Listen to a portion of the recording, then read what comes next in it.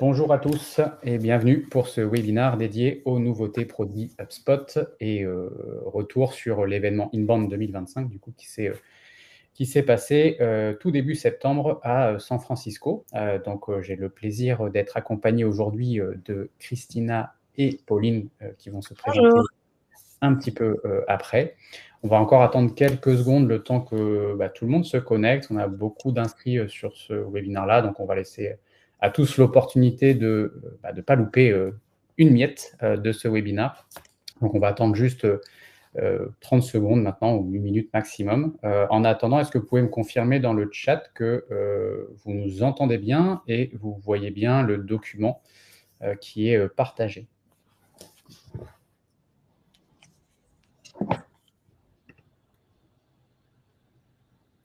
Super, merci.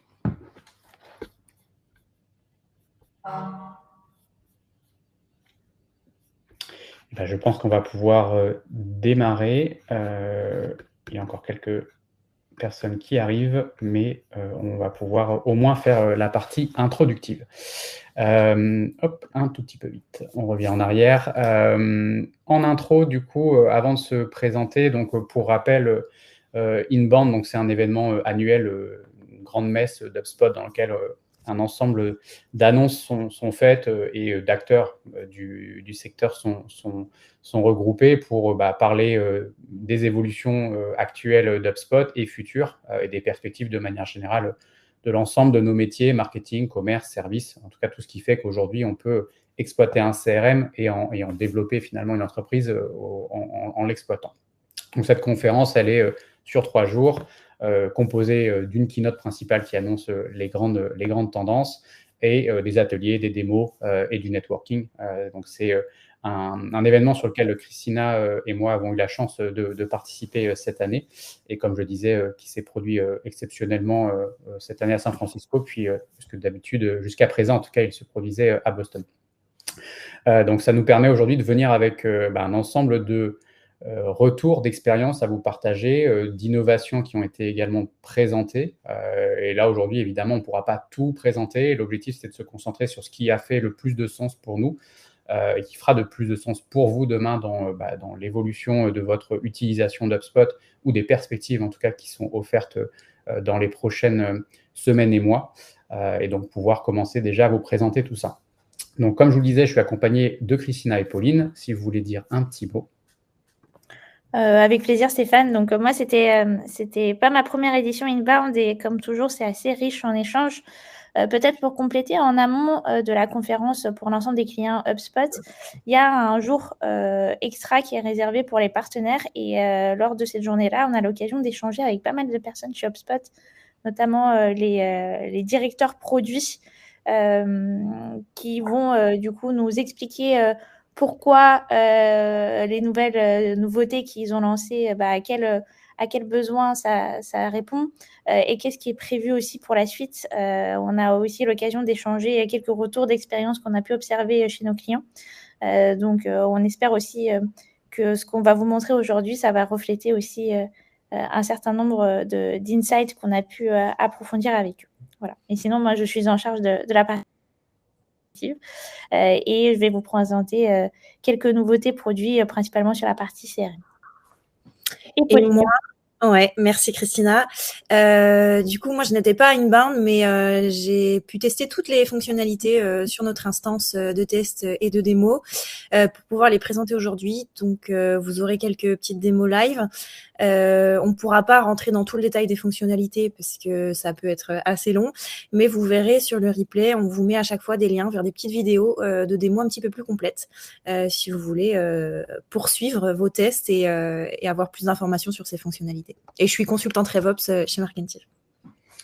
Et je ne me suis pas présenté, mais du coup, moi, je suis manager de la BU Gross Marketing. Donc, c'est toute notre activité de conseil sur des sujets d'acquisition, d'activation, d'exploitation, finalement, d'HubSpot, sur l'ensemble de ces fonctionnalités de développement de campagne et data, tracking, etc.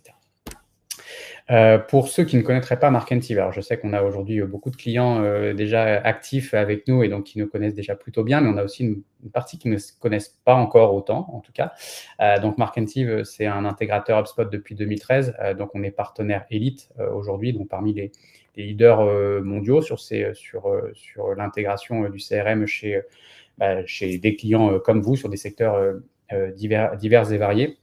Et on travaille sur l'ensemble de la suite HubSpot, donc qui va de la partie CRM, donc plutôt pour l'utilisation sales, de la partie marketing pour les équipes marketing, et après tous les sujets plutôt service client, les sujets de data, d'interconnexion avec des écosystèmes divers et variés, puisqu'aujourd'hui la complexité d'une tool stack et d'écosystèmes en tout cas qui peuvent exister dans votre quotidien, l'objectif c'est de les centraliser. Donc pour ça, on a un ensemble d'accréditations. On est d'ailleurs le seul partenaire au monde à avoir les 9 accréditations.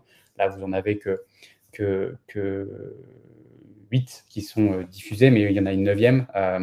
Et on est les seuls, effectivement, aujourd'hui à avoir ces 9 accréditations, qui, de manière générale, témoignent de notre maîtrise de l'environnement et des différents écosystèmes. Markentive, c'est du coup plus de 500 clients accompagnés, plus de 250 déploiements d'outils sur les 10 dernières années. Alors, quand on dit ça, effectivement, c'est beaucoup de chiffres. Ce qu'il faut retenir derrière ça, c'est qu'on a vu des cas multiples, en fait, en termes de projets, tant sur la dimension de la taille des projets, le côté international, le côté franco-français aussi, et des secteurs variés avec des complexités. Et on voit aujourd'hui, en tout cas dans les discussions qu'on a au quotidien avec nos clients, une nécessité d'avoir de plus en plus un outil qui répond de manière spécifique à des besoins, à des lancements d'actions marketing spécifiques, à des process commerciaux particuliers. Et donc, toute la force, en tout cas, et tous les apprentissages qu'on a pu avoir au cours de ces différentes expériences projets, c'est aujourd'hui des choses sur lesquelles on va pouvoir vous faire bénéficier et vous apporter le meilleur retour d'expérience pour structurer au mieux et tirer le meilleur des parties, évidemment, d'HubSpot, qui est un outil qui est central dans l'organisation des entreprises. Si on passe dans ce qui nous réunit aujourd'hui, donc retour sur Inbound 2025 et sur les nouveautés, un sommaire assez chargé, en tout cas plusieurs choses qu'on doit et qu'on veut vous présenter aujourd'hui. Donc à la fois des retours un peu globaux sur ce qui a été de manière générale présenté, et ensuite plutôt rentrer dans du spécifique autour de la data, autour de l'IA et des nouveautés plus spécifiques aux différents hubs de HubSpot.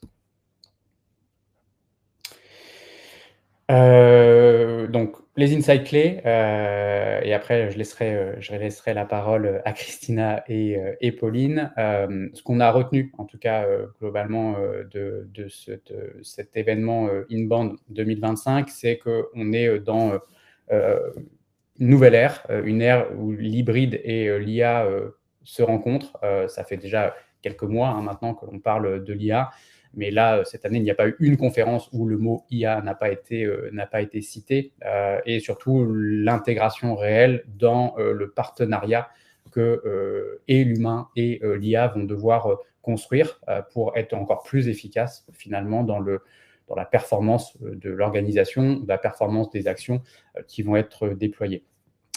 Une partie vraiment autour de la data. De toute façon, IA et data sont très liés, mais des vraies évolutions d'HubSpot dans son interconnectabilité avec d'autres outils, on le présentera un peu après, justement pour construire une unification de vos données, ce qui est finalement un mot d'ordre. Si on veut enrichir la connaissance dans le CRM, il faut maximiser les points d'entrée, les sources de données qui permettent de créer un apprentissage de plus en plus qualitatif, et donc pour créer, in fine, ce CRM intelligent, donc ce Smart CRM qui est aujourd'hui déployé avec diverses fonctionnalités, donc des assistants, des agents, une vraie exploitation de la donnée et de l'ensemble de la donnée du CRM avec ce qu'on va appeler de l'IA adaptative, c'est-à-dire qu'elle se nourrit. Il y a quelques temps, vous avez peut-être déjà testé l'IA dans HubSpot avec les assistants. Ce n'était pas de l'IA adaptative, c'est-à-dire qu'elle répondait simplement à une question que vous lui posiez. Aujourd'hui, l'IA qui est embarquée dans HubSpot va se servir des éléments que vous allez pouvoir lui apporter ou de la donnée qui compose l'ensemble de votre CRM. Donc, c'est un shift globalement qui est assez fort et sur lequel on va pouvoir capitaliser sur les semaines et mois à venir, parce que forcément, comme vous en doutez, ça reste des nouveautés sur lesquelles il y aura des améliorations à apporter et on illustrera ça justement avec quelques démos un peu après. La grande nouveauté du coup qui a été annoncée à Inbound cette année, c'est le rebranding du hub opération qui devient le Data Hub inclus dans votre plateforme HubSpot. Le Data Hub, par rapport au Hub opération, ça permet, ça inclut des nouvelles fonctionnalités qui sont en partie basées sur l'IA et qui permet vraiment d'exploiter la donnée de la façon la plus qualitative et la façon la plus efficace dans votre instance CRM et dans votre plateforme business. Les principales nouveautés qui ont été ajoutées, on vous fera une démo juste après, mais c'est notamment sur la partie de pouvoir connecter différentes sources de données à votre CRM HubSpot et ne pas forcément stocker les données que vous connectez à l'intérieur du CRM. Ces données-là, on va pouvoir les synchroniser avec des données existantes. Par exemple, enrichir tout un tas d'informations sur les entreprises qu'on va avoir en base et des projets ou des transactions associées. Et on va pouvoir, ces données-là, les exploiter et les activer en temps réel pour les mettre à disposition de la façon la plus qualitative pour les équipes. Concrètement, attendez. Voilà. Concrètement, sur la partie jeu de données qu'on va pouvoir activer, si on peut passer à la slide suivante, je suis désolée, moi ça ne fonctionne pas. Merci. On va pouvoir connecter plus de 200 sources externes de données, notamment du Google Sheet par exemple, des bases de données externes sur Snowflake ou par exemple des outils de gestion de projet ou autres CRM dédiés pour des équipes métiers. Et ce qui est intéressant, c'est qu'on va pouvoir en fait aller connecter différents fichiers pour une même source de données et ça va pouvoir vraiment enrichir notre connaissance CRM. Grâce aux fonctionnalités IA intégrées, on va pouvoir notamment les analyser et aller décider d'enrichir encore ces informations via des données qui sont stockées justement dans ces jeux de données ou via des données en externe qu'on va pouvoir récupérer et ça va pouvoir enrichir par exemple votre connaissance et créer des segments personnalisés. Pauline me donnait tout à l'heure l'exemple d'aller identifier sur notre portefeuille de clients, par exemple, qui ont fait des levées de fonds récemment.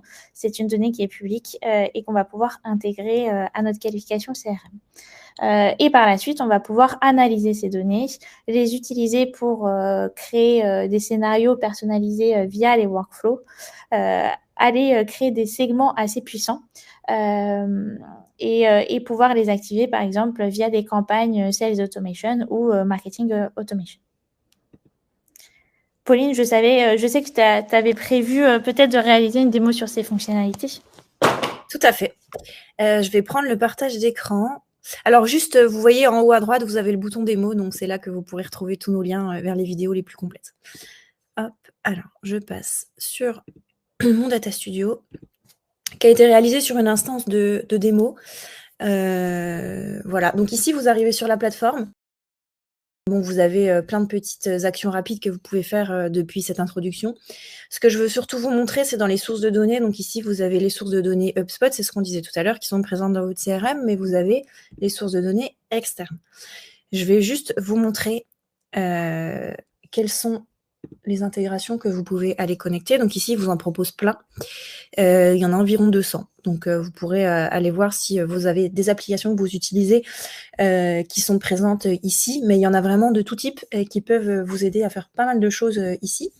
Nous, on a chargé un Google Sheets, donc en CSV. Et on a créé différents jeux de données. Donc, on a pris le cas d'usage d'une ONG qui a des informations sur ses donateurs qui ne sont pas dans son CRM et qui veut pouvoir aller créer des segments de population dessus sans les importer du coup dans HubSpot.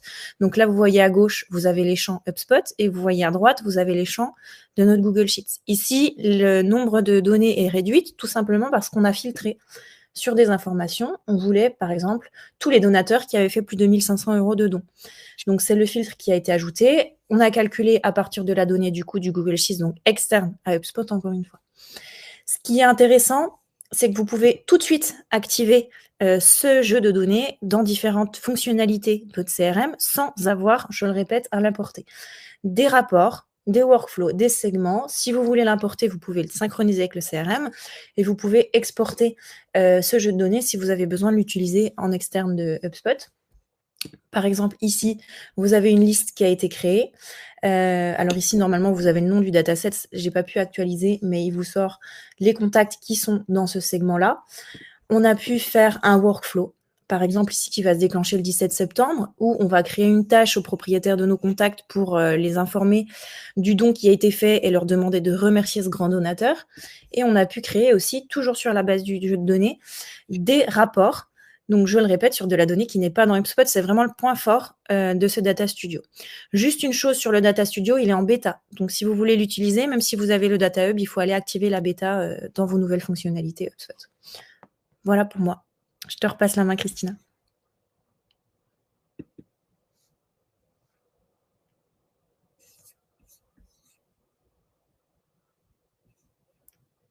Alors, moi, je ne t'entends pas, mais je ne sais pas si c'est normal ou pas. Merci. Oui. Le Data Hub intègre également des fonctionnalités de retraitement de qualité de données, tout comme le faisait le Operation Hub, de façon peut-être cette fois-ci plus claire et des fonctionnalités qui vont être enrichies. Donc, grâce à l'IA intégrée dans ce hub, on va pouvoir détecter un tas de corrections qui vont être suggérées directement dans la plateforme, comme par exemple aller traiter les doublons, traiter les problèmes de formatage de certains champs spécifiques dans votre CRM. L'IA va également proposer des actions de correction automatique et des suggestions sur la partie nettoyage de données, mais également enrichissement de données. Par exemple, s'il y a détecte qu'il y a certaines fiches objets qui manquent une information capitale qui est souvent utilisée par les équipes, elle va suggérer du coup d'aller enrichir cette information-là de façon automatique pour pouvoir ne pas être pénalisée dans le traitement des actions quotidiennes. Ces données-là vont pouvoir, bien entendu, être activées directement par les équipes dans leurs différents processus métiers adossés sur le CRM. Si on fait un compte-rendu sur la partie Operations Hub, donc tous les clients qui étaient équipés de cette hub opération vont transitionner du coup vers le Data Hub qui est intégré. Cependant, certaines fonctionnalités de ce Hub Data vont être débloquées grâce à l'utilisation de crédits dans votre abonnement. Donc, toutes ne sont pas sujettes à consommation de crédits. En revanche, la partie notamment synchronisation des jeux de données externes à votre CRM consomme des crédits. Donc, pour ça, il y a des simulateurs de crédits qui vont être proposés par les équipes d'HubSpot pour voir quels sont les cas d'usage que vous allez pouvoir débloquer avec les crédits qui sont intégrés dans votre abonnement.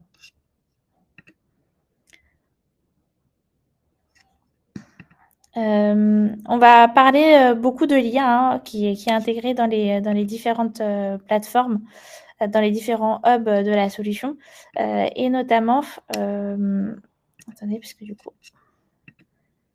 si on peut passer, s'il vous plaît.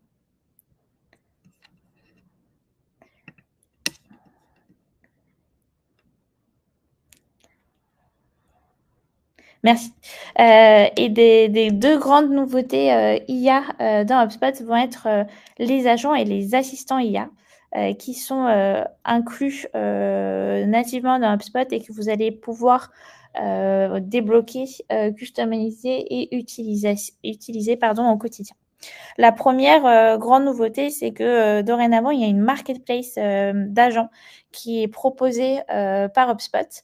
Donc, c'est des agents qui ont été configurés par les équipes d'HubSpot et mis à disposition dans votre plateforme et qui vont pouvoir exploiter tout un tas d'informations contenues dans votre CRM pour aider les équipes au quotidien et notamment automatiser les actions récurrentes pour gagner du temps et pour avoir des fonctionnalités qui tournent automatiquement et pouvoir enrichir tout un tas de choses pour les équipes métiers. On vous a mis ici le snapshot d'agents qui sont déjà proposés par les équipes d'HubSpot et cette marketplace aura pour vocation d'être enrichie et bien entendu, de nouveaux agents vont apparaître ici que vous allez pouvoir du coup activer, personnaliser et lancer de façon assez intelligente. Voilà pour ces sujets. Donc, il faut savoir qu'il y a une différence entre les agents et les assistants. Hein. Les agents, on peut vous le décrire ça comme un workflow super puissant et intelligent qui va exécuter tout un tas de choses de façon automatique dans votre CRM. Alors qu'un assistant, c'est vraiment un assistant virtuel. Vous allez pouvoir travailler, l'entraîner et enrichir sa connaissance de certains sujets spécifiques. Et vous allez pouvoir du coup l'interroger et lui demander de faire des actions un peu plus spécifiques pour vous et pour vous aider à notamment gagner du temps et gagner en précision et en efficacité sur les tâches du quotidien. Je voudrais juste, Christina, ajouter un point parce qu'on l'a mis dans la slide, mais c'est très important. C'est que effectivement, l'IA, elle va se baser sur la donnée que vous avez dans votre CRM. Il faut qu'elle soit propre parce que sinon, vous n'allez rien en ressortir. Moi, quand j'ai voulu préparer le webinaire, je suis allée sur notre instance de test Marketive où on crée de la donnée un petit peu random qui n'est pas très pertinente. Et du coup, quand je sors des prompts, il n'y a pas grand-chose qui en ressort. Donc voilà, vraiment, travaillez votre donnée, rendez-la qualitative pour que l'IA puisse s'appuyer dessus. Tout à fait. En effet, si on a de la donnée pas quali dans son CRM, on ne peut pas s'attendre de recevoir des actions très qualitatives en retour. Je vous parlais justement des assistants. Ici, c'est une slide pour montrer peut-être la différence entre l'assistant et l'agent. L'assistant, vraiment, vous allez pouvoir le configurer de façon assez précise. Vous allez pouvoir lui partager des ressources qu'on a dans le CRM, mais aussi en externe pour du coup qu'on le forme vraiment à gagner en compréhension sur nos sujets. Plus on lui partage de ressources, plus on est précis ce sur quoi on le forme, plus forcément l'assistant va nous aider de façon qualitative. Et on va pouvoir du coup utiliser cet assistant-là au quotidien.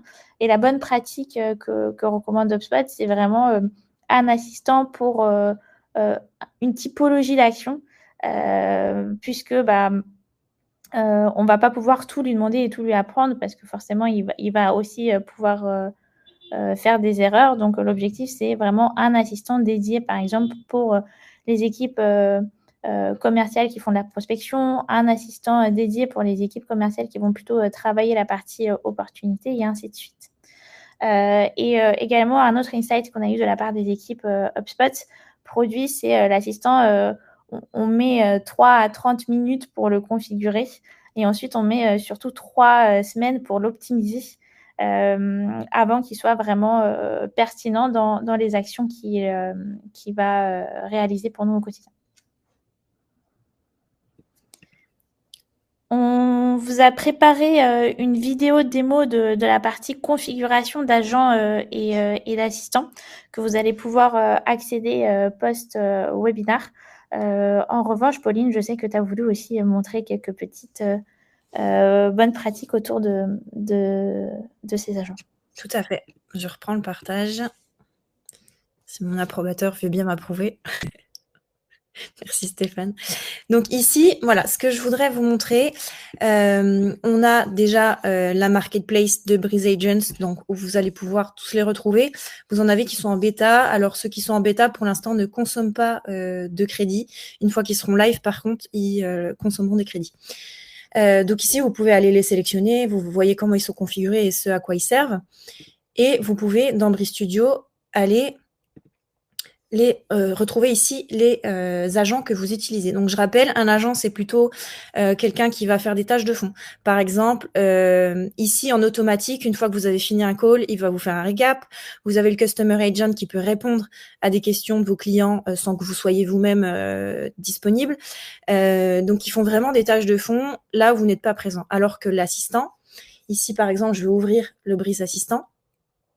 L'assistant, il faut lui demander quelque chose. Donc, vous êtes devant votre ordinateur, vous lui demandez une tâche et il l'exécute à la demande. C'est plutôt comme votre secrétaire qui va vous aider à trouver une info dans le CRM parce que vous n'avez pas le temps d'aller la chercher, qui va vous aider à préparer un rendez-vous, etc. Donc, il y a l'assistant Breeze ici auquel vous pouvez poser des questions. Mais surtout, ce qui est intéressant, c'est que vous pouvez aller en créer sur mesure. Donc ici, on a une consultante spécialisée en IA qui est venue en préparer. Et ce que je vais vous montrer, c'est comment ça a été configuré, parce que la façon dont c'est configuré va être importante pour vous. Ici, on a configuré un assistant qui va pouvoir vous aider à préparer des rendez-vous commerciaux. Et voilà, je vous laisse regarder la taille du prompt et les informations qui sont mentionnées. Ça va être très important de le nourrir au maximum. On lui explique ce qu'on fait. On lui explique quel est notre contexte, comment on prépare des rendez-vous, quel est l'objectif de nos rendez-vous, ce qu'on veut en retirer à la fin, comment on prépare nos follow-up, etc. Et le maximum d'informations sur lesquelles il peut se baser pour qu'il puisse vraiment vous sortir des préparations de rendez-vous qui soient très qualitatives et qui correspondent au maximum à ce que vous auriez fait si vous aviez été seul. Donc, tout comme un stagiaire que vous allez former en lui disant, ben voilà, je te donne des exemples de mes mails pour que tu puisses apprendre et puis les faire toi-même plus tard. C'est exactement la même chose pour l'assistant. Donc voilà, il y a vraiment un prompt qui a été très, très détaillé et qui va permettre à notre assistant de préparer les rendez-vous de la façon la plus qualitative possible. Ici, on précise, est-ce qu'il peut aller chercher des informations sur le web si on veut pouvoir compléter des choses? Donc, on lui dit oui. On lui a demandé de travailler avec un discours commercial. Vous pouvez ajouter d'autres connaissances ici. Et puis, ici, voilà, on a choisi son icône, donc qui est préparation de rendez-vous. Et puis, quel sera le message de bienvenue lorsqu'il s'adresse à nous? Donc, j'aide à préparer les rendez-vous commerciaux. Voilà, donc ici, vraiment, j'insiste, mais on lui donne le max d'infos pour que vraiment vous puissiez en tirer les meilleures fonctionnalités. Voilà, et vous aurez vraiment une démo plus complète sur la petite vidéo qu'on vous partage en replay. Merci Pauline. On va enchaîner ensuite avec vraiment les fonctionnalités CRM intégrées, donc pas mal de fonctionnalités poussées et travailler avec l'IA pour rendre votre CRM de plus en plus smart. Un premier niveau, une première fonctionnalité qui nous a été présentée, c'est l'introduction d'un nouvel objet natif dans votre CRM qui est l'objet projet. Et cet objet-là va pouvoir être intéressant, par exemple, pour les cabinets de conseil ou encore les entreprises qui vont être spécialisées dans l'événementiel. Et ça permet de travailler vraiment la gestion d'un projet spécifique au sein du CRM. Ce qui est intéressant de l'avoir intégré en tant qu'objet natif, c'est que on va pas être souvent limité sur le nombre de projets qu'on va pouvoir gérer. Et surtout, on va pouvoir utiliser toutes les fonctionnalités d'HubSpot et y intégrer le projet. Donc, par exemple, dès lors qu'on signe un devis, il y a un projet qui est créé automatiquement et assigné à un certain nombre de personnes ou en aléatoire au sein d'une équipe. Ce projet-là va pouvoir contenir un nombre de tâches spécifiques qui vont être préconfigurées et qui vont être visibles en vue spécifique Gantt pour donner, par exemple, une vue macro sur l'intégralité des projets ou au sein d'un projet en lui-même. La complétion d'une de ces tâches de projet va pouvoir déclencher d'autres éléments automatiques, comme par exemple l'envoi d'un email à une équipe en externe pour le notifier dans l'avancée d'un projet en question. Donc, c'est des fonctionnalités qui sont nouvelles dans HubSpot sur la partie gestion de projet, mais qui comprennent toutes les fonctionnalités natives qui vont être disponibles dans votre plateforme en fonction des hubs auxquels vous avez souscrit. Une autre fonctionnalité du coup qui va être intégrée sur la partie Smart CRM, c'est notamment l'ajout de vues pour visualiser les données d'une façon spécifique à une équipe ou à un utilisateur. Donc, les données vont exister quoi qu'il arrive dans votre CRM, sauf que auparavant, on pouvait, par exemple, pour les transactions ou pour les objets customisés, les voir sous forme de liste ou en vue carte, par exemple. Maintenant, l'ensemble de ces vues vont être débloquées pour l'intégralité des objets que vous allez avoir dans votre CRM.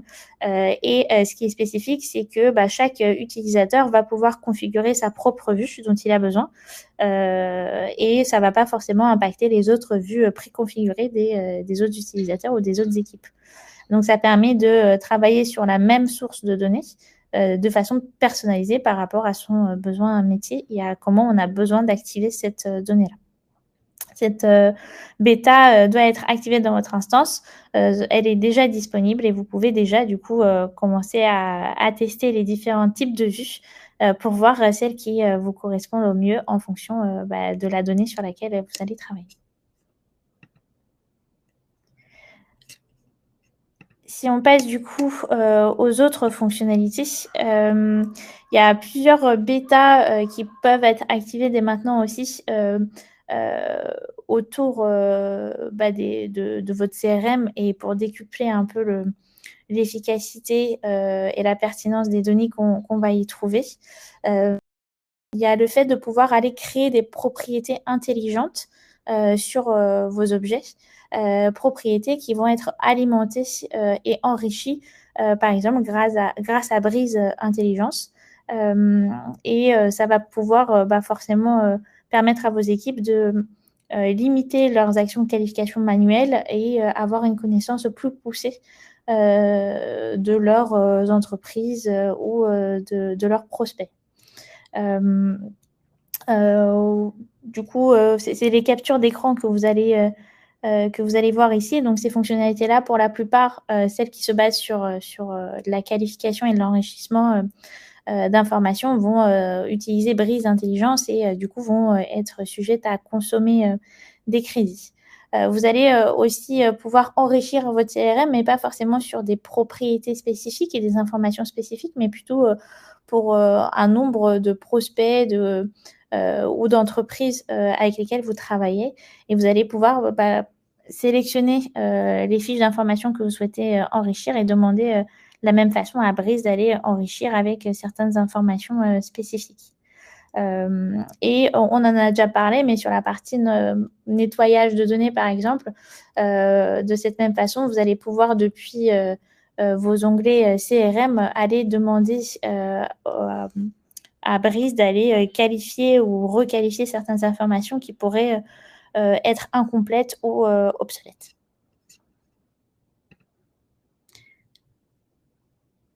On va enchaîner du coup directement avec la partie nouveauté. Attendez, je crois que j'ai oublié. Oui, voilà, j'ai oublié une nouveauté sur la partie CRM qui va être disponible uniquement si vous avez des abonnements en version pro ou plus dans votre instance. Et c'est des fonctionnalités vraiment de insight intelligent. On va pouvoir demander à HubSpot d'aller nous résumer au global dans l'instance quelle est notre performance commerciale et la performance par exemple de notre pipe ou de notre funnel d'acquisition de leads qui a été observé sur les dernières semaines, derniers mois, où on va pouvoir aller sélectionner un nombre d'entreprises spécifiques et de la même façon demander une analyse assez poussée à Breeze et ça nous permet d'avoir plus de contexte et un autre point de vue peut-être auquel on n'aurait pas pensé sur ces éléments-là afin qu'on puisse les exploiter de façon de plus en plus qualitative. On va aussi pouvoir avoir des alertes, par exemple, de clients qui vont churn, alimenter la compréhension des données des équipes pour derrière déterminer des actions de focus à entreprendre. Et comme je disais, on va pouvoir enchaîner avec les nouveautés marketing qui sont aussi au rendez-vous cette année. Effectivement. Alors, je vais juste reprendre le partage. Tac. Je crois que je suis arrivé un peu loin. Pardon.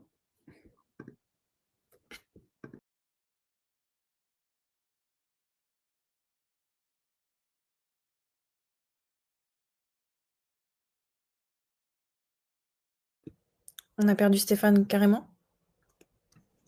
J'espère pas. Mais pour introduire peut-être, donc le hub marketing a été lui aussi repensé.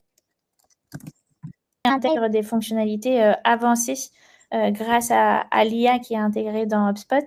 Et des nouvelles interfaces de travail ont été pensées pour les équipes pour leur faciliter le travail au quotidien et pour pouvoir aller automatiser la création de certains assets.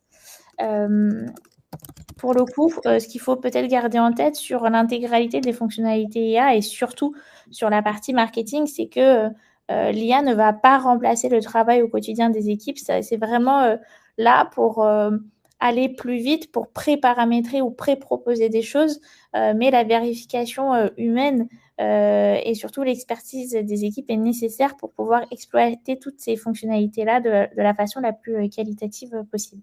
Stéphane, je vois que tu es de retour, donc du coup, je te redonne la main. J'ai juste introduit la partie nouveauté marketing. Petit incident en direct.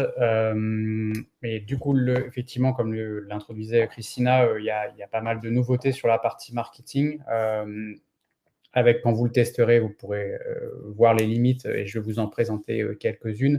Il y en a une qu'on a fait le choix de ne pas présenter, vous en avez peut-être entendu parler, qui est le nouveau concept, nouveau avec des guillemets, parce que pour nous, ça reste aujourd'hui quelque chose d'assez réchauffé, mais qui est The Loop. Donc, on ne partagera pas aujourd'hui ces sujets-là, parce que pour plein de raisons, mais on estime aujourd'hui que ce n'est pas vraiment quelque chose qui méritait qu'on prenne un temps réel pour en parler. Mais si vous voulez en parler avec vos consultants marketing ou moi-même en dehors et qu'on discute un peu plus de ces sujets-là, je serais ravi effectivement qu'on échange dessus. Sinon, sur la grosse nouveauté en tout cas qui a été annoncée, c'est le lancement du Marketing Studio. Le Marketing Studio qui est un générateur aujourd'hui de campagnes facilité par l'IA. Donc, je vais faire une petite démonstration pour vous montrer le fonctionnement. Donc, c'est une bêta public donc à activer sur vos comptes, disponible uniquement à partir des versions pro. Donc, si je partage mon écran en espérant ne pas me faire déconnecter. Hop. Donc, une fois que vous avez activé la bêta, vous retrouvez cette bêta-là accessible directement dans le menu marketing. Donc, où vous retrouverez déjà une petite démo pour vous familiariser et après une capacité de générer déjà des typologies de campagnes. Donc, il y a 3 grandes typologies de campagnes, la génération de leads, le lancement de produits et la promotion d'événements physiques. Donc, ça, ce sont déjà des pré-campagnes qui existent avec une sorte de squelette. Et après, pareil, la génération d'un certain nombre d'assets par défaut, donc formulaire, marketing, email et posts de réseaux sociaux. Donc, ça permet aujourd'hui de simplifier la création des assets et de préparer sa campagne. C'est une première étape vers la production d'une campagne. Ça ne fait pas tout de A à Z, ça ne set-up pas l'ensemble de vos campagnes sur l'ensemble de vos réseaux. Il restera une partie quand même manuelle aujourd'hui dans le déploiement. Donc, si je vous montre un petit peu le fonctionnement, donc voilà, il suffit de cliquer sur la création de campagne pour rentrer dans l'éditeur. Et là, vous vous retrouvez face à un pré-prompt qui est pré-rempli sur un certain nombre d'éléments qui vont du coup aider Breeze à créer l'IA d'HubSpot à créer la campagne. Donc, vous avez quelques éléments à préciser. Donc, de quand à quand vous voulez lancer cette campagne. Donc, admettons à partir de lundi prochain, enfin de la semaine prochaine, jusqu'à la fin de l'année. Donc, voilà, vous précisez globalement la période de votre campagne, l'objectif de votre campagne. Donc, par exemple, générer des leads ou pour être dans le thème du jour,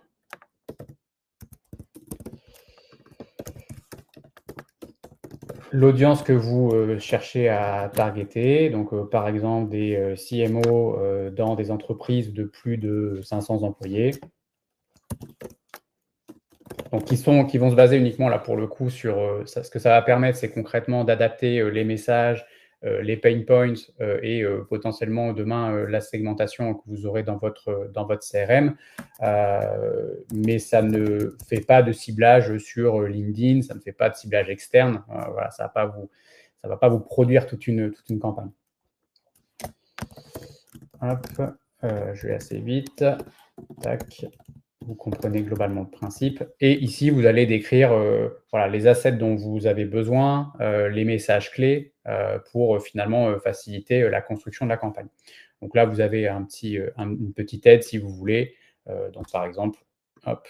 Et donc ici, il m'a déjà pré-complété un brief de campagne que vous pouvez renforcer. Je vous conseille de manière générale d'être le plus exhaustif possible dans les assets dont vous avez besoin, la fréquence, le type de contenu.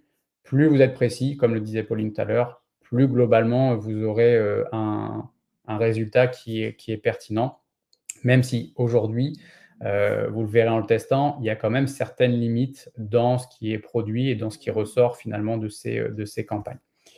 Vous pouvez du coup ne pas utiliser le framework proposé par HubSpot, mais vous-même, du coup, avoir votre propre objectif, votre propre audience de la manière la plus détaillée possible. Le détail de la campagne, vous pouvez fournir des images sur lesquelles vous aurez une inspiration ou une utilisation dans le cadre de vos campagnes. Tout document qui pourrait être utile. Là, je pense notamment quand on va parler de lancement de produits, lancement de services, si vous avez de la documentation, de l'argumentaire commercial, des personas, enfin tout ce qui peut demain aider l'IA à comprendre la campagne et les composantes de ces campagnes, plus vous aurez en sortie quelque chose qui sera normalement proche de vos objectifs. Et enfin, vous avez un dernier élément que vous pouvez compléter, enfin que je vous invite évidemment à compléter, qui est donc le Brand Kit. Donc ça, c'est dans vos paramétrages, côté HubSpot, avec c'est tout ce qui va composer votre marque et les sources de données. Donc le Brand Kit, c'est vos couleurs, c'est vos logos, c'est votre thème, c'est vos polices, c'est aussi un certain nombre d'éléments de Brand Voice, donc sur le ton globalement, qui va après être utilisé par l'IA pour construire vos emails et votre contenu, on va dire, textuel et les propositions de valeur. Et après, vous avez des sources de données. Là, je ne vais pas rentrer dedans, parce que sinon, là, on est sur notre instance Markentive. Mais vous pouvez spécifier les entreprises que vous ciblez, donc de la manière la plus précise possible, secteur, taille, marché sur lequel elles sont présentes. On a reperdu Stéphane.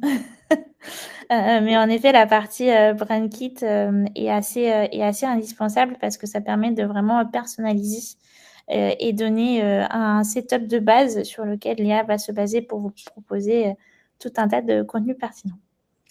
Voilà. Et du coup, une fois que vous avez complété l'ensemble de ces éléments de marque, vous allez obtenir un résultat que je vais vous partager ici. Donc là, c'était un résultat assez simple sur vous voyez, un prompt assez basique d'une campagne où on souhaite quelques éléments. Le résultat reste aujourd'hui correct, mais ce n'est que la première étape en fait vers la construction de votre campagne. Donc, vous aurez des contenus qui sont proposés. Donc, si je prends l'exemple ici de l'email,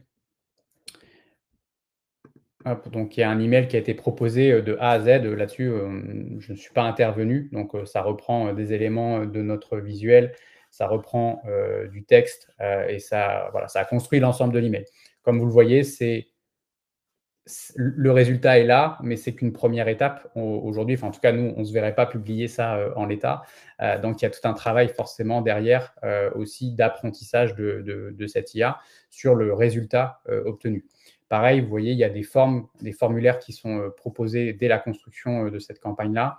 Quand vous avez une stratégie de formulaire bien spécifique, du coup, aujourd'hui, l'IA ne la prend pas en compte. Alors que nous, on va plutôt conseiller de rationaliser le volume de formulaires et plutôt fonctionner par typologie et avoir une stratégie bien spécifique autour des formulaires. Aujourd'hui, l'IA ne prend pas ça en compte et va vous proposer à chaque campagne des nouveaux formulaires.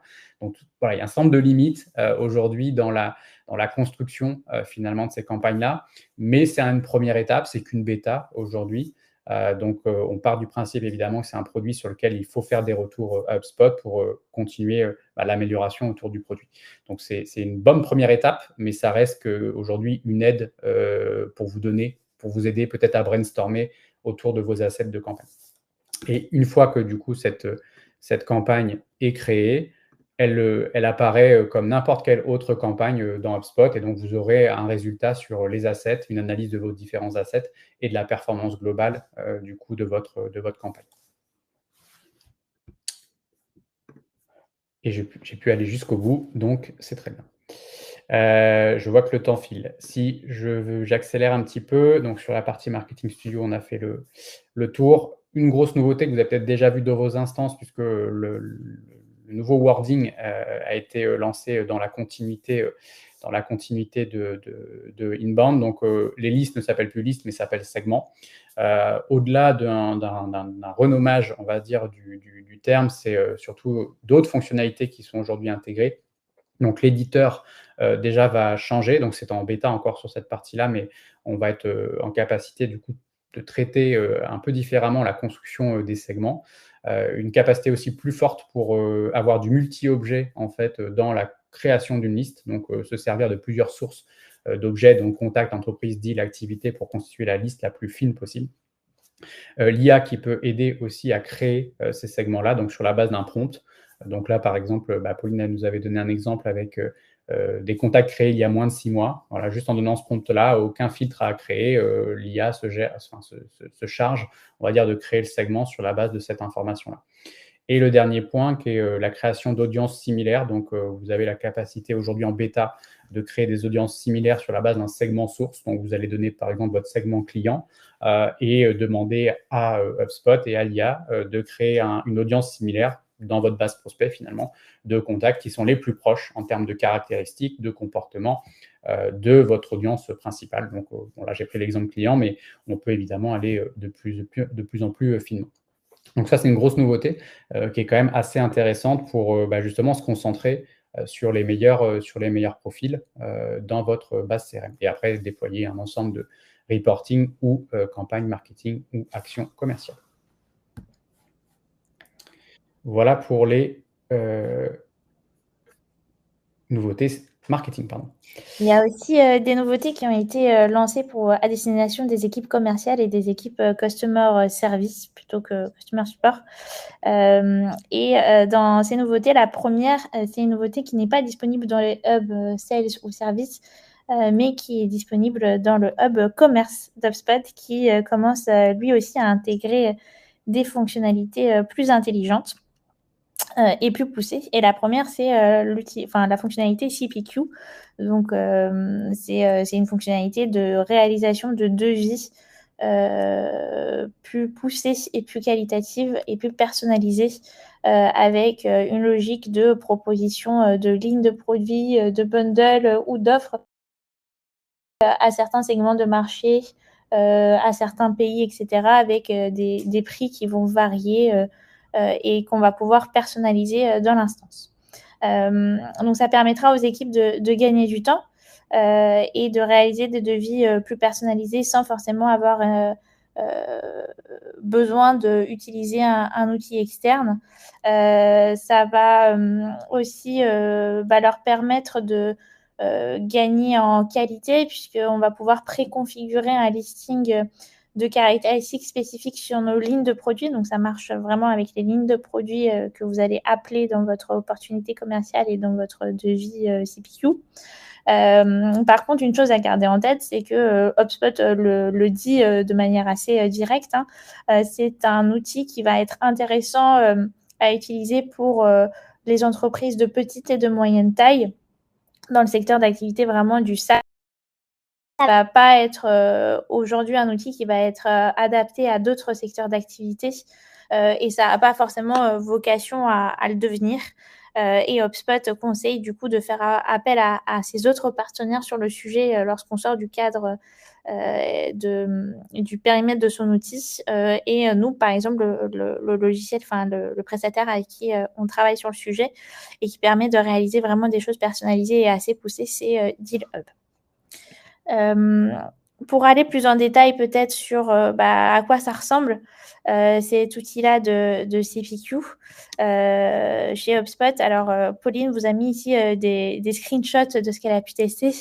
Mais vraiment, déjà, il faut savoir que l'éditeur du devis est plus puissant et ça va intéresser certains d'entre vous, je pense, puisque les clients HubSpot qui ont déjà eu l'occasion de tester le devis, enfin le module de création de devis dans HubSpot, savent qu'il est assez limité sur notamment la partie front, donc les éléments qu'on y inclut et comment on le design. Ce devis-là, la partie PQ, du coup, a été redéveloppée dans HubSpot et se base sur ses fonctionnalités CMS. Donc, tout un tas de modules qu'on va pouvoir rajouter en glisser-déposer. Et on va vraiment pouvoir personnaliser comment le devis s'affiche et faire des choses assez custom là-dessus. Ça va vous proposer des fonctionnalités assez complexes pour le coup. Et là-dessus, du coup, sur ces fonctionnalités-là, pardon, les bundles, par exemple, ne sont pas encore inclus, donc les groupements de produits et les groupements d'offres. Par contre, on peut déjà pré-autoriser des utilisateurs spécifiques de votre instance, par exemple, à aller valider le devis dans son ensemble avant d'être envoyé au client.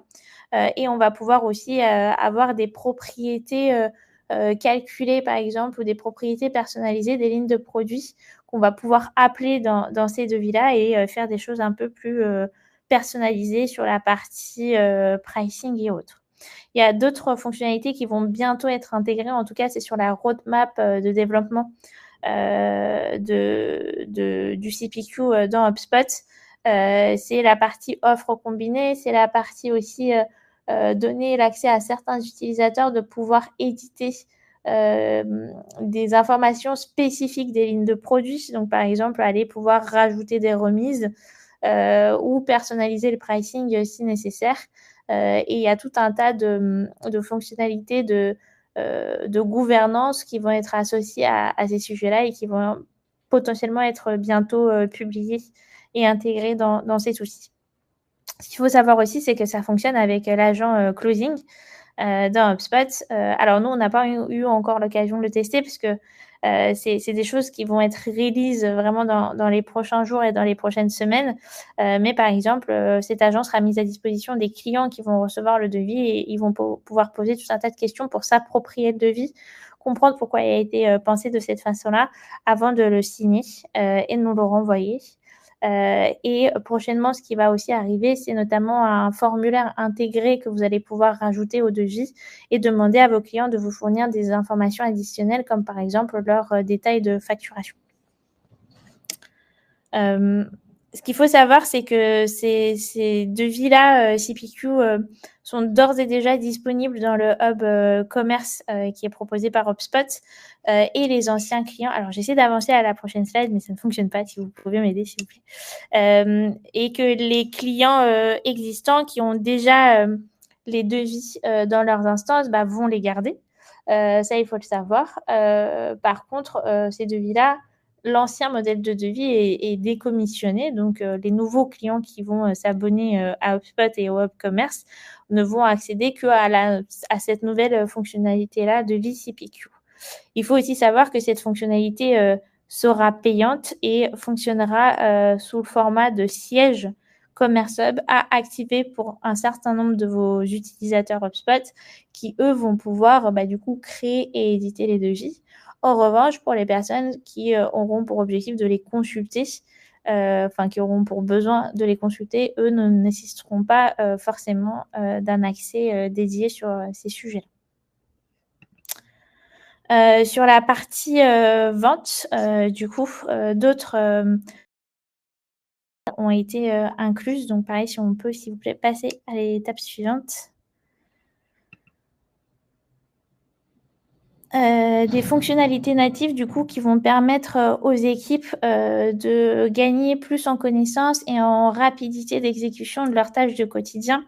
On vous a déjà parlé de l'assistant Breeze que Pauline vous a montré tout à l'heure. Il y a d'autres petites bêtas, on va dire ça comme ça, que vous allez pouvoir activer pour vous aider à avoir une synthèse, par exemple, de toutes les interactions que vous avez réalisées avec un prospect ou un client. Qui va permettre aussi avoir des recommandations d'actions à réaliser compte tenu d'un contexte spécifique qui a été analysé.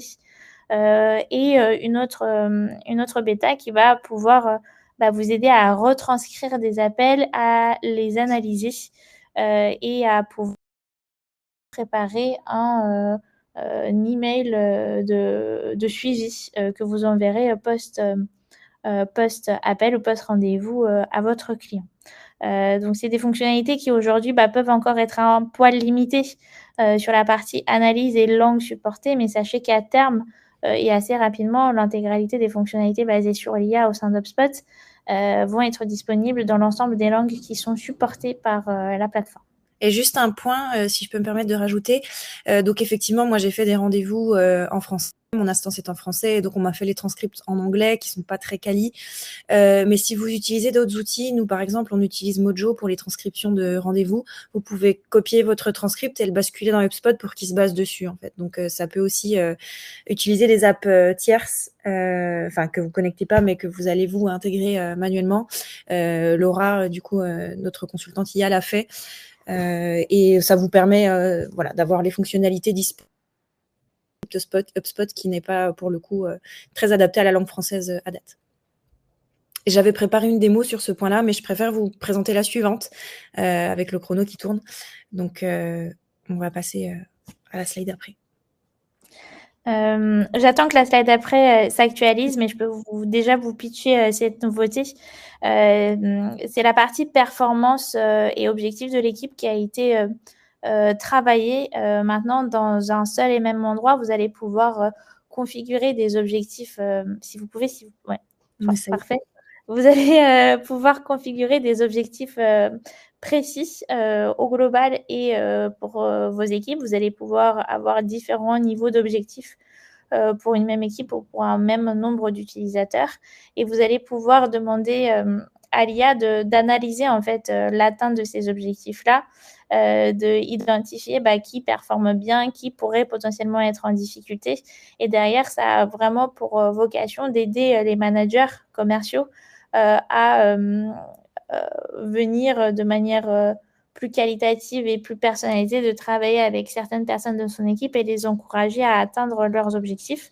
Ça permettra aussi à chaque personne qui a des objectifs fixés d'aller avoir des recommandations peut-être plus poussées ou d'autres types de recommandations de la part de l'IA dans HubSpot pour aller plus efficacement travailler ces objectifs-là. Ce qu'il faut aussi savoir, c'est que dans cet espace, vous allez aussi avoir un récap assez macro de l'atteinte de l'ensemble des objectifs qui ont été pré-paramétrés. Et automatiquement, il y a des rapports qui sont intégrés. Donc, vous n'êtes plus obligé maintenant d'aller passer par l'outil rapport pour aller créer vos rapports sur mesure et avoir une compréhension de l'atteinte des objectifs de vos équipes. C'est automatiquement mis à disposition dans cet onglet. Je vous le montre du coup rapidement. Donc c'est une bêta qui est à activer ici dans Vente, performance commerciale. Donc vous arrivez sur une page de récapitulatif. Donc vous pouvez aller sélectionner les pipes sur lesquels vous voulez sortir des analyses, une plage de date adaptée. Donc vous aurez une vue sur votre pipe avec le montant des transactions ouvertes, etc., le nombre d'appels passés de vos équipes, les réunions planifiées, une vue assez large de ces infos-là. Et ici, vous avez des informations. Donc les risques, les victoires et les tendances. Là, je peux pas les afficher parce qu'il n'y a pas d'infos. Donc il va vous ouvrir les onglets seulement s'il y a de l'info à analyser. Mais par exemple, ici, on va nous dire qu'il y a des transactions qui ont été bloquées plus longtemps que d'habitude dans un pipeline en particulier et que ça peut avoir un impact sur les objectifs de vente, etc. Dans la partie Mon équipe, ce que je trouve intéressant, c'est que vous pouvez le lier donc aux objectifs que vous créez dans la partie objectifs, pour ceux qui ont l'habitude, ici, dans objectifs, à savoir que maintenant, vous pouvez les créer depuis là. et vous pouvez aller sélectionner les objectifs sur lesquels vous voulez reporter. Donc ici, j'en ai créé un CA 2025. J'ai configuré ici des membres d'une équipe, donc avec 4 collaborateurs, et je peux voir où ils en sont du coup de l'atteinte de leurs objectifs. Donc ici, on voit que j'ai atteint 20% de mon objectif, que ma collègue Sarah est à 53%, etc. Et sur le tableau, je voulais juste vous remontrer ici, sur le récapitulatif, vous avez aussi un classement. Alors, ça fait un peu scolaire, vu comme ça, de savoir qui est premier, deuxième, troisième en termes de performance. Moi, je pense qu'il faut plutôt le voir en objectif de Pauline, par exemple, qui, pour l'instant, performe mieux au sein de l'équipe, peut peut-être donner, accompagner ses autres collègues sur comment elle a atteint son objectif, leur donner des conseils pour qu'ils puissent eux aussi l'atteindre, plutôt que de le faire en mode, voilà, il y a quelqu'un qui performe, toi tu performes pas, c'est dommage. Et sur la partie tableau de bord, donc ce que disait Christina, vous en avez qui sont chargés ici, avec des rapports pré-créés par HubSpot, qui ont un lien avec les membres de votre équipe. Et vous pouvez le modifier ici. Voilà. Sur la partie, merci beaucoup Pauline, et la dernière nouveauté qu'on va vous présenter de manière un peu plus approfondie pour les équipes Sales et Customer Success, la création d'un nouvel espace de travail. Le slide arrive. Merci beaucoup. C'est la création d'un nouvel espace de travail qui est disponible dans le hub service et pas commercial, à destination des équipes Customer Success qui vont travailler les clients de manière approfondie et dont l'objectif est de sécuriser les clients existants, le portefeuille client, de le fidéliser dans l'entreprise.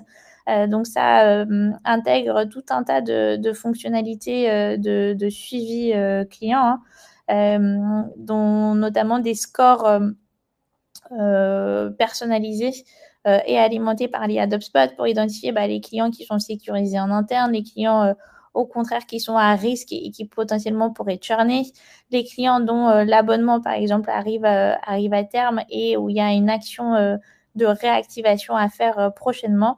Ça permet aussi d'analyser les chiffres d'affaires et d'identifier les prochaines actions à entreprendre pour travailler de la manière la plus efficace votre portefeuille client.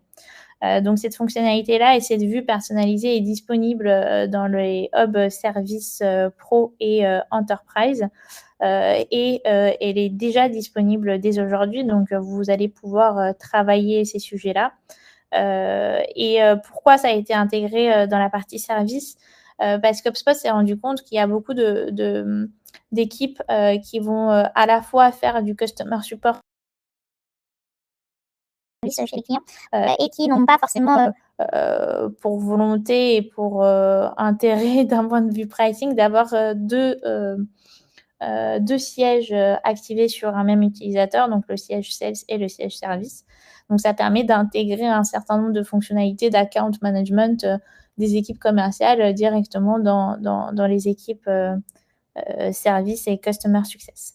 Ça, c'est la plus grande nouveauté qui a été lancée cette année pour cette typologie d'utilisateurs.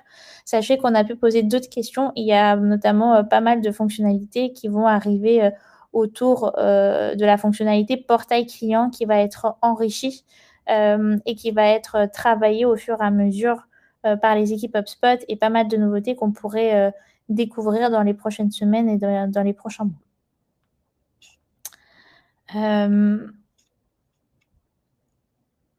On peut s'arrêter là. Je pense qu'on a parlé 1 heure des nouveautés. On en a pas mal qu'on pourrait encore vous présenter, mais on a fait le choix vraiment de vous présenter ce que nous, on trouvait le plus intéressant et le plus actionnable dès maintenant sur votre plateforme. Nos équipes vous ont mis des liens d'accès rapide pour découvrir l'intégralité des fonctionnalités et des mises à jour qui ont été lancées justement en septembre lors de la conférence Inbound. Donc, c'est le site ici Spotlight 2025 où vous allez vraiment pouvoir découvrir tout un tas de petites améliorations produits ou retrouver les fonctionnalités qu'on vous a présentées aujourd'hui de pitcher forcément d'une autre façon. Et vous allez pouvoir aussi activer les différentes bêtas dans votre portail. Celles qui sont accessibles, forcément, toutes ne seront peut-être pas accessibles en fonction de votre abonnement actuel, mais celles qui le sont vous seront proposées. Vous allez pouvoir du coup notamment les tester directement. Si jamais vous êtes client marketing et vous souhaitez qu'on vous aide sur ces sujets et qu'on personnalise le setup de ces fonctionnalités-là pour vous, n'hésitez pas à contacter votre équipe projet. Tous les consultants marketing ont été déjà formés sur ces sujets-là et pourront vous aider de façon vraiment personnalisée et vous faire gagner du temps dans la partie implémentation. Sinon, sur la dernière slide, on vous a mis notamment notre partie offre intégration CRM qu'on vous invite à découvrir pour celles et ceux qui ne connaissent pas nos services. Et vous avez aussi les coordonnées de notre équipe commerciale ainsi que les miennes et celles de Stéphane. Si jamais vous avez des questions ou des sujets plus spécifiques que vous souhaitez aborder, on peut être tout à fait à dispo pour vous aider sur ces sujets-là. Merci pour votre temps. On espère que ça vous a plu. On vous envoie bien entendu le support de présentation et notamment les différents liens de démo sont intégrés sur les slides pour aller découvrir pas à pas ces fonctionnalités-là. Merci à tous. Merci. Au revoir.